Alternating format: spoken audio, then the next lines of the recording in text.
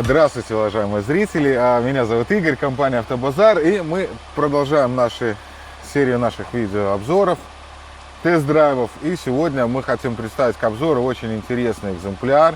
Это долгожданный кроссовер от компании Maserati. Это первый кроссовер у компании Maserati Levante. Как всегда, несколько слов об истории, о предыстории.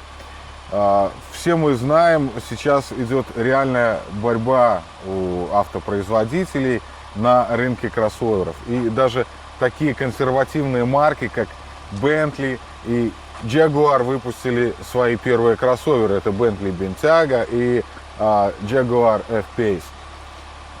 Не остался в стороне и Maserati. И весной этого года на Женевском автосалоне они представили Maserati Levante.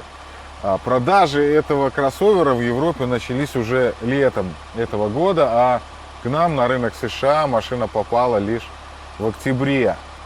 Так что представленный нами экземпляр, это, можно сказать, первые из Levante, представленных на рынке США. Эта машина в дальнейшем, она уже продана, пойдет в Китай, и там очень популярна эта марка сейчас, как прежде был очень популярен Porsche Cayenne. Вот, у нас еще несколько машин Levante плывут, уже выпущены с завода в Италии, уже на корабле плывут к нам тоже для дальнейшей поставки в Китай.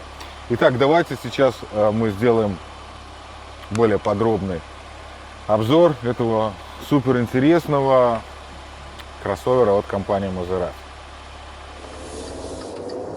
Работа двигателя Maserati совершенно другой, чем, допустим, немецких машин, американских машин. Мы уже делали обзоры. Прежде у нас было несколько машин Maserati Quattroporte. И яркой отличительной чертой этой марки это именно как работает двигатель, звук двигателя. Кстати, двигателя здесь такие же, как и на Quattroporte, как и на Ghibli седан. Здесь вообще использована, в принципе, полноприводная база Maserati Ghibli.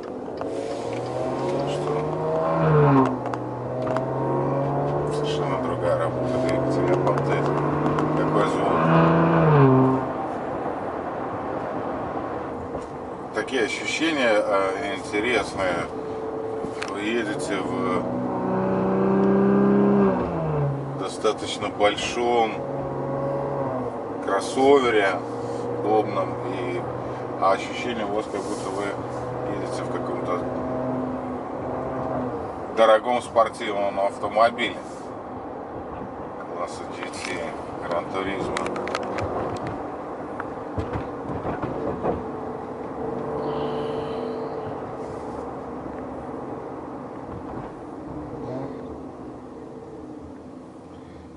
Говорили, эти автомобили пользуются большой популярностью. Сейчас мы их отправляем в Китай, но я уверен, что и в России на них будет очень много поклонников. И это действительно с выходом на рынок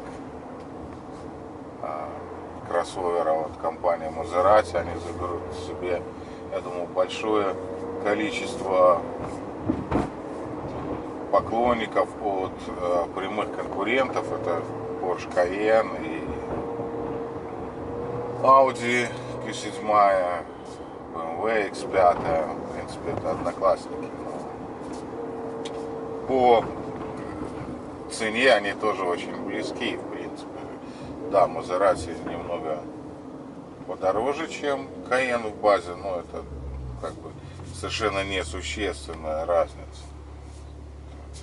Цена, в принципе, как у нас сейчас мы много покупаем Mercedes GLS, вот цена абсолютно сравнима. Вот, стоимость нашего экземпляра, который мы тестируем, 79 тысяч. В базе он, по-моему, идет от 72 тысяч. Это Maserati с трехлитровым двигателем и 345 лошадиных сил. Есть еще у нас на рынке Maserati Levante S. Это такой же двигатель, но другие настройки турбо, и он уже выдает у нас, по-моему, 425 лошадей. Эта машина дороже на 15 тысяч начинается. От 85, по-моему, начинается стоимость. Вот, на европейский рынок еще предлагают Maserati Levante с дизельным двигателем. Ну, это, конечно, неинтересно абсолютно. Вообще не знаю, как можно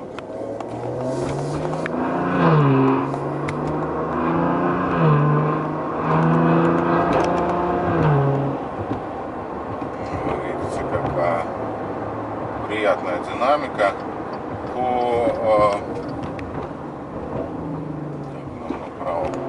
паспорту у нас разгон до сотни за 5,8 секунд у этой модели.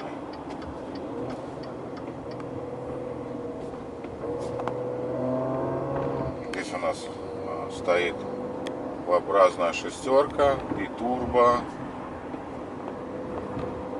Объем 3 литра. 8-ступенчатая коробка автомат. Сейчас вот мы на хайвей выйдем и немножко газанем.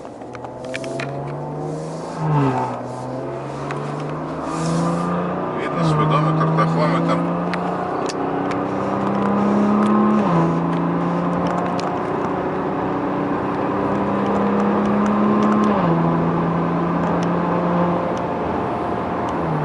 Спидометр у нас, кстати, только в милях. Вот сейчас уже у нас было 100 миль, это 160 с чем-то километров на спидометре буквально, да.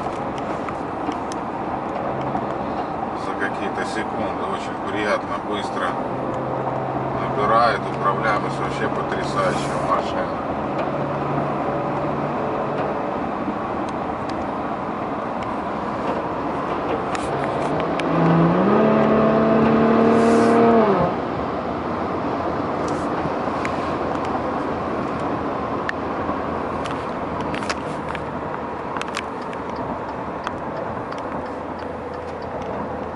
Такой вот у нас небольшой отрезок по хайвею мы проехались, но я думаю, что как можно ощутить и почувствовать действительно реальные характеристики динамические, скажем прямо, мне гораздо больше по динамике она нравится, по ощущениям, чем тот же Cayenne, которых мы уже немало сделали драйв-тестов, и даже Q7 X5.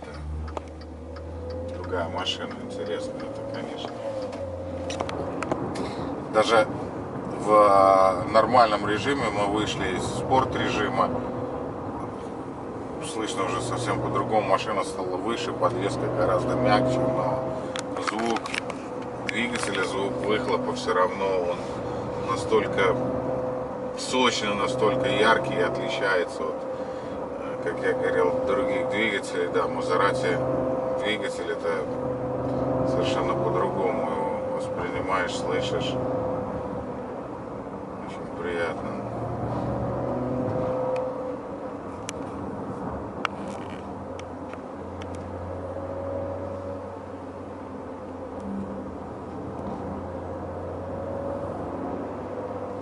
У нас в этом году очень теплая осень. Сейчас у нас сегодня, если не ошибаюсь, какое у нас ноября? 4, да? 4 ноября. Вы видите, еще деревья вон стоят с листьями. Смотрите, красные, желтые цвета. Сейчас мы в парк попадем, будет вообще красиво. Буквально там вчера у нас температура была днем выше 20 градусов. То есть очень хорошая погода.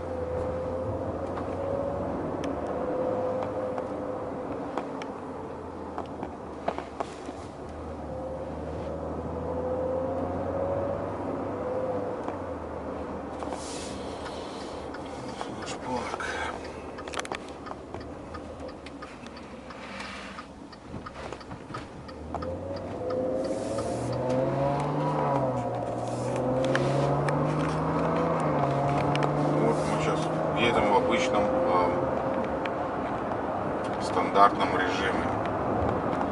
Очень прекрасная управляемость автомобиля. Кстати, что касается управляемости, Мазерати не пошло вслед за своими конкурентами и оставила на руле старый добрый гидроусилитель, в отличие от конкурентов, которые уже практически все перешли на электроусилитель. Давайте мы сейчас немножко пройдемся вокруг машины, какие-то легкие детали посмотрим. Начнем с фар. Фары у нас ксеноновые с LED огнями, ходовыми огнями, и у нас LED противотуманки стоят тоже. Также хотелось бы отметить, вы видите, у нас уже стоят активные шторки на радиатор, то есть эти шторки в зависимости от режима работы, то есть сильно нагрет двигатель, не сильно, они могут либо полностью закрыться, либо полностью открыться. Видите, у нас стоит камера спереди над нашим трезубцем, стоят камеры по бокам в зеркалах и камера сзади. За счет этого мы получаем у нас нашу систему кругового обзора. Так, колеса у нас здесь 19 диаметра, колесные диски. В спорткомплектации можно заказать 20-е и даже 22-е на эту машину. Наши традиционные такие жабры, фальш-жабры на Мазерати. Очень интересная и яркая особенность, и, наверное, она не воплощена ни в одном кроссовере конкурентов. Это, вы видите, безрамочные двери. Очень ярко, очень эффектно выглядит вообще.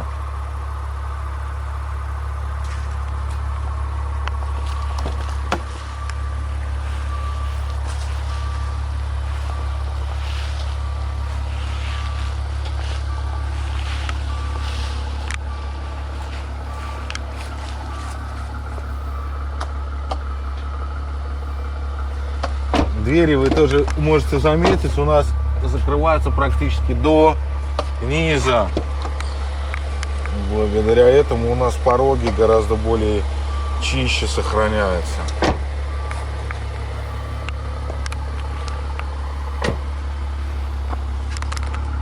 На заднем крыле у нас трезубец. Так, сейчас мы откроем багажник, на панели открыли, все. Good. Сзади, посмотрите, тоже для такого SUV, в принципе, достаточно большой, объемный багажник. Я думаю, что он больше, чем той же X6. Ну, по-моему, примерно по размерам он сравним с Cayenne. Вы видите, здесь у нас есть люк, это для перевозки каких-то негабаритных вещей. Те же лыжи вы можете положить.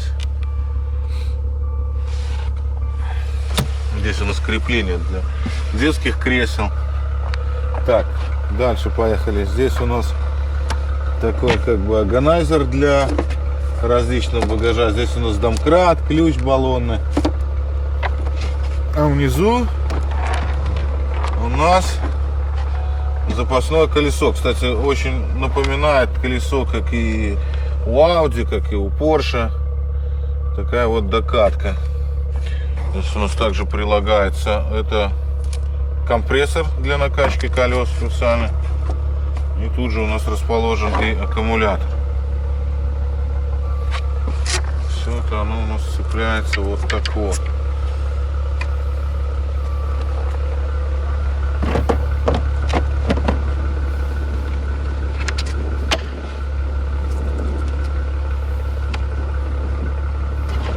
У нас рамка на передний номер.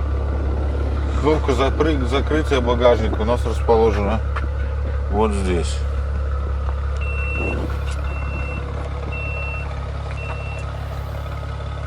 Также, видите, уже в базовом исполнении у нас задние выхлопные патрубки расположены по два с каждой стороны. Это все, опять же, как бы на намек на спортивный характер нашего автомобиля.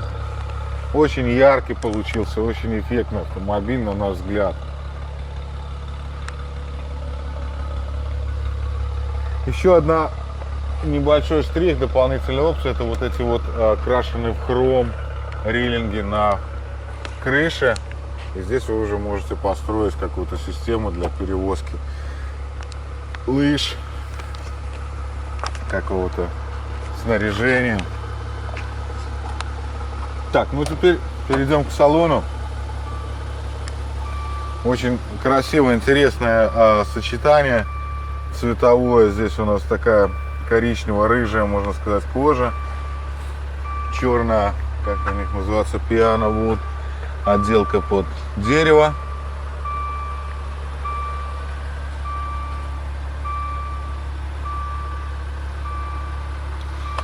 Ну что, посадку давай покажем. Так, сиденья.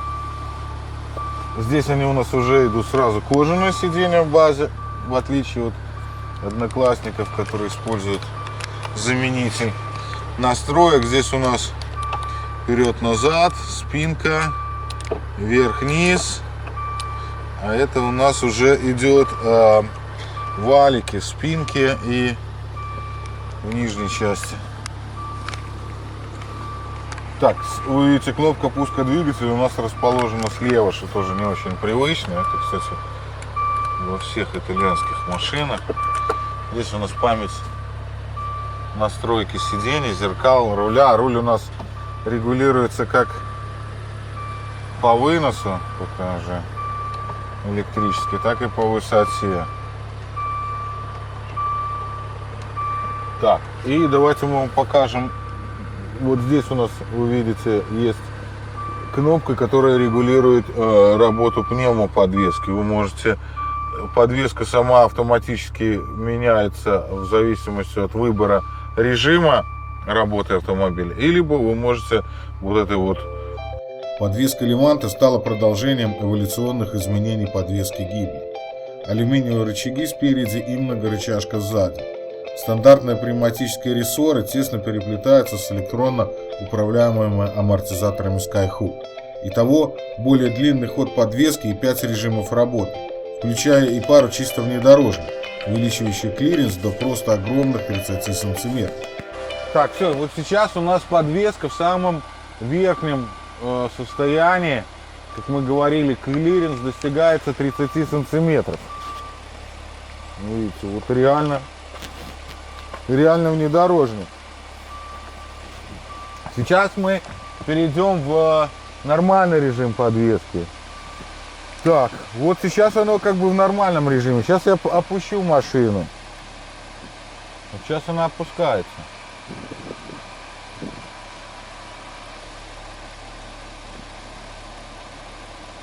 Сейчас я опущу максимально низкий уровень.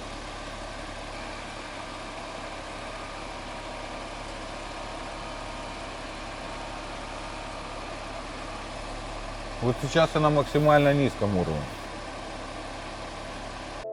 Утробный низкий рык пары сдвоенных выхлопных труб, такой отчетливо итальянский, такой сочный и узнаваемый. Это, в общем-то, одна из тех вещей, которая выгодно отличает новый Maserati Levante от его ближайших немецких конкурентов Audi Q7, Porsche Cayenne и BMW X5.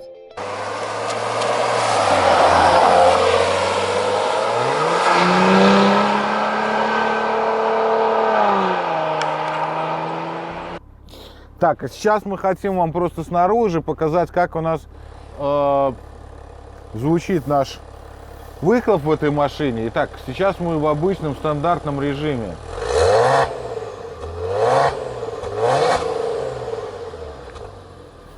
Вот, а сейчас мы переходим в спорт режим. Сразу чувствуется звук другой. Ну а теперь погазуем маленько.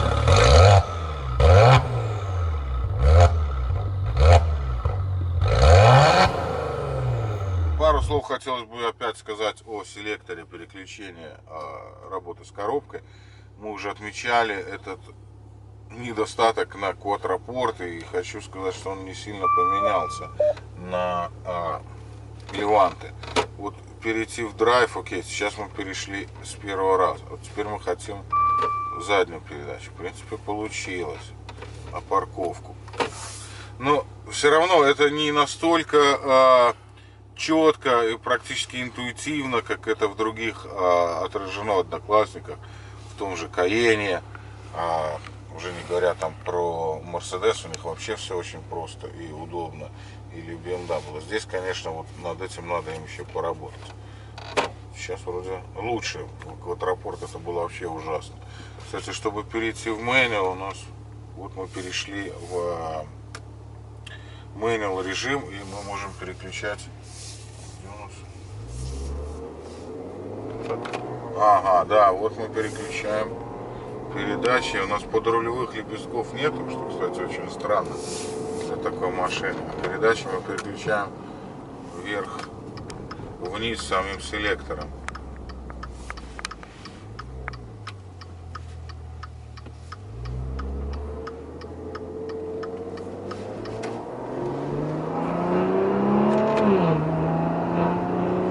Ну да, интересно. Сейчас мы обратно вернулись в спорт-режим, но спорт-режим начальной стадии, то есть без перехода подвески в спорт-режим, а чисто у нас работают в спорт-режиме. Поменялось обратно, вы видите, вот сейчас у нас показывает, что задние колеса у нас полностью машина в заднем приводе. Да, кстати, вот сейчас мы вам покажем, очень интересно, тут отражена функция Surround View, или как кругового обзора. Вы видите, вот у нас как классно видно наш автомобиль, хорошее разрешение, очень экраны, кстати, тоже стало, и камера хорошее разрешение, вот, в отличие от последних наших драйв-тестов квадрапорта. Здесь все гораздо интереснее и ярче картинка. Так, все, давайте теперь вернемся к нашему спорт-режиму. Вот вы видите, сейчас у нас прямо в процентном соотношении показывает передачу, то есть на какую ось у нас идет. Вот сейчас работает 50 на 50, полноценный полный привод. Так,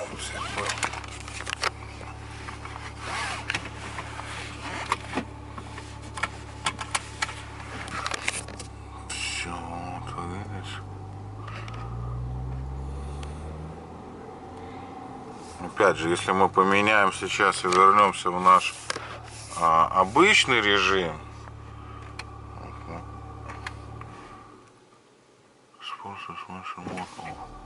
да, кстати, здесь автостарт стоп стоит. Вот сейчас, ага, точно так же у него, смотри, 50 на 50. Ага. То есть вы можете у себя на центральном дисплее следить за режимом работы виска муфты. Вот это электронно управляемое, и понимать, как работают оба моста и как работает ваш полный привод. Я думаю, это оно сейчас видит этот уклон сильный, поэтому оно включилось. Вот сейчас вот мы на ровной поверхности, даже с горки, видите, сразу переходит оно на задний привод. Очень интересно. Пару слов по меню. Экран у нас сенсорный, вы видите. То есть вы можете выбирать любые application. Это кнопка Home, как назад возвращаетесь. Вот у нас есть еще. Так листается. Кроме того, у нас появилась, в отличие от прежних моделей, уже вот такая вот шайба работы с меню. То есть это у нас один уровень, второй уровень. И она этой же шайбой вы управляете. То есть это уже гораздо удобнее, интереснее. Это кнопка Home, это кнопка назад. Так, здесь мы эти клавиши описали. Это у нас стояночный тормоз. Что еще хотелось бы отметить? Вот у нас тут такие интересные ниши тоже появились. Здесь у нас разъем USB, разъем для SD карты, AUX разъем. Вот.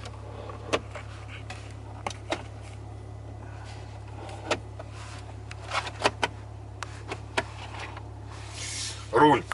Про руль Мазерати тоже мы уже говорили. Это опять же выше всяких похвал. Очень удобный.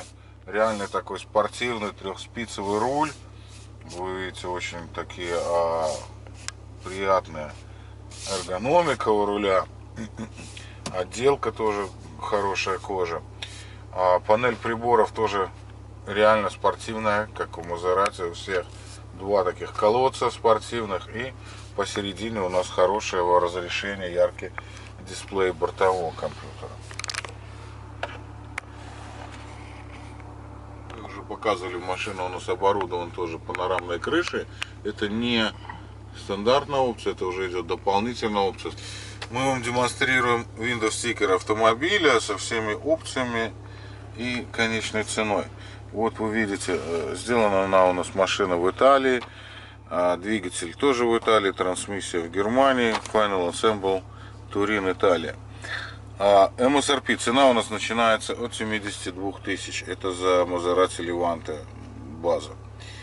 Цвет у нас Nero Rebel, это такой металлик черный, и интерьер у нас вот это вот рыжая кожа.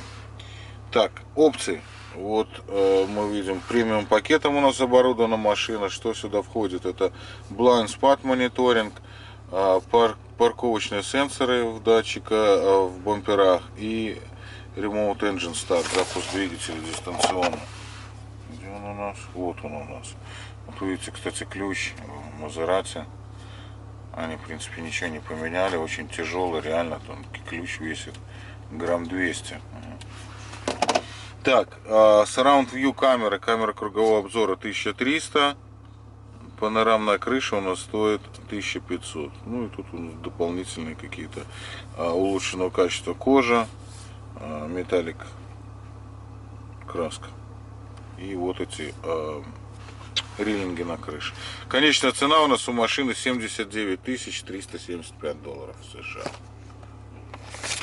Вот видите, кстати, какая книжка у нас, это обложка для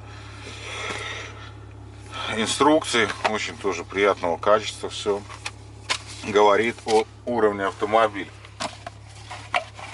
Интерьер Леванте значительно улучшился по сравнению с Ghibli и Quattroporte. К примеру, сиденья стали существенно удобнее не только для водителя и переднего пассажира, а и для второго ряда тоже. Режим спорт имеет пару дополнительных подпунктов. Первый изменяет работу дросселя и коробки передач к именитому рычанию выхлопной системы, а второй добавочно изменяет жесткость подвески. Кроме того, Maserati Levante наконец получил сенсорную шайбу для управления дисплеем на центральной консоли.